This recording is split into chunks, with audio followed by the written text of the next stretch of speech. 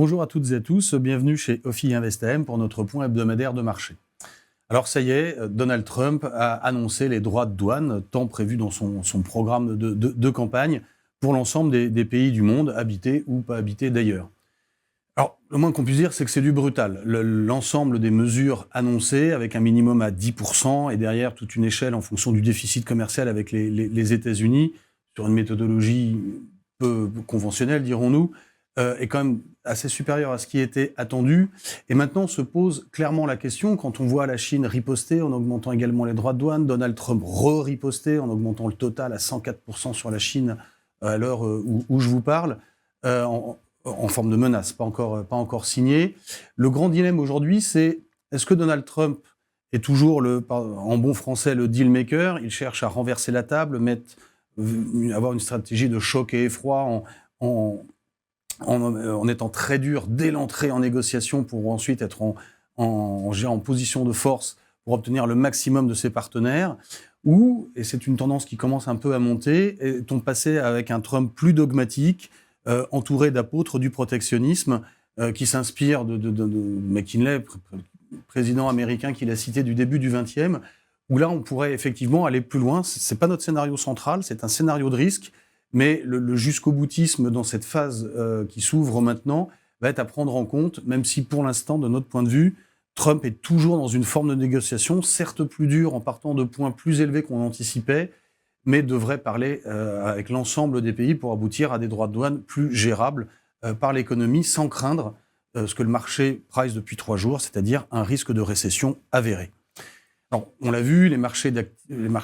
d'actions ont baissé de 10 à 15% pour les grands indices, 15 à 20 pour le Nasdaq. Les taux d'intérêt se sont forcément abaissés. Alors maintenant, que faire ? Si on repart des banques centrales, certes, on va avoir un choc d'inflation induit par la mise en place de ces droits de douane au niveau où ils seront signés. Néanmoins, l'ensemble des intervenants, c'est ce que nous pensons également comme les marchés, se sont projetés au-delà de cette inflation qui sera temporaire, puisqu'il s'agit d'une taxe qui disparaîtra par effet de base dans 1 an, mais sur son aspect récessif et désorganisation du commerce mondial, donc de la croissance mondiale, et donc ils nécessiteront un assouplissement monétaire. Le marché ne s'y est pas trompé, anticipant jusqu'à plus de 4 baisses de taux de la part de la Fed en 2025 et un peu plus de 3 pour la BCE. C'est vrai que clairement, les 2 baisses de taux attendues pour la Fed, du même ordre de grandeur pour la Banque centrale européenne dans le scénario précédent ces annonces sont plus que jamais avérées. Et en fonction de là où se situera la fin de la négociation, on aura probablement peut-être un peu plus de baisse de taux, en particulier aux États-Unis, car il faut bien voir que ces droits de douane sont une ponction qui sera payée soit par les marges des entreprises, soit par la consommation, sans parler des droits de douane réciproques. On a donc plutôt un contexte plus baissier-taux du côté des banques centrales, ce à quoi les taux d'intérêt souverains à 10 ans ne se sont pas trompés.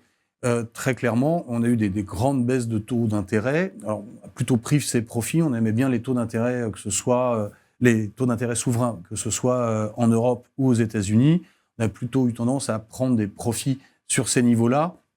Néanmoins, sans aucune forme de sous-pondération, on peut même retrouver des fenêtres pour se repondérer dans la mesure où l'actif obligataire souverain est quand même un actif très défensif si jamais on devait avoir un Trump et son administration beaucoup plus jusqu'au boutiste qui part dans une guerre commerciale.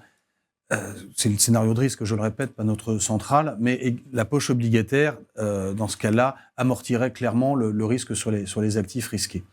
Du côté du crédit, on a eu une tension sur les marges de crédit assez significative sur le haut rendement, avec plus de 100 points sur l'indice iTraxx. On est quand même on n'est pas sur le marché action, on est sur des entreprises qui gèrent bien leurs dettes, qui certes vont avoir des sujets d'adaptation, mais globalement dans un environnement de taux qui devrait plutôt s'assouplir, et on se rapproche de points d'entrée, je dirais, sur le crédit et sur le haut rendement, pour profiter du portage sur des entreprises qui partaient d'une bonne situation financière. Maintenant, sur le marché action, alors, sur l'Europe, on est revenu à peu près à un peu en dessous de zéro. On a effacé les gains de début d'année, on revient au niveau de septembre sur le marché américain. Alors, certes, les bourses sont 15% moins chères qu'il y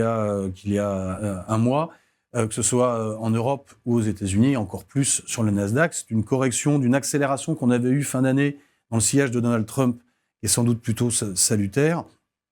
Maintenant, en termes de cherté relative, les bourses ne sont pas spécialement peu chères quand on les regarde en termes de multiples par rapport aux bénéfices sans doute pas très élevés qu'on pourrait attendre en 2025 sur 2024. Néanmoins, c'est effectivement un geste qu'on peut saluer en prenant quelques positions, toutefois avec une forme de prudence. On va rester dans un univers de volatilité assez élevé et il faut se prévoir en cas d'anticipation du scénario noir, même si on pense qu'il ne nous occurrera pas, mais en cas d'anticipation d'un scénario noir et de tensions plus élevées en termes de représailles sur le commerce mondial, de pouvoir également profiter de ces niveaux un peu plus bas. Donc plutôt de la prudence à court terme pour se repositionner et effectivement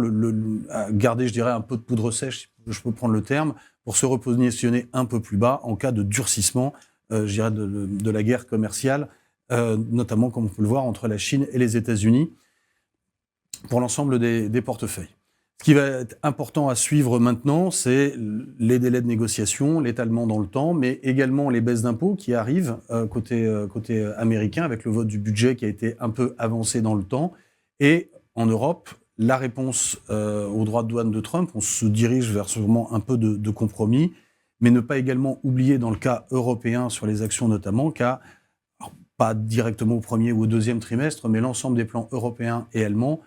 sont toujours là, et peut-être même d'autres mesures d'aide si jamais les choses devaient s'envenimer, et produiront sans doute de la création de valeur à moyen long terme, d'ici 6-12 mois sur les marchés actions. Je vous remercie pour votre attention et je vous souhaite une excellente semaine.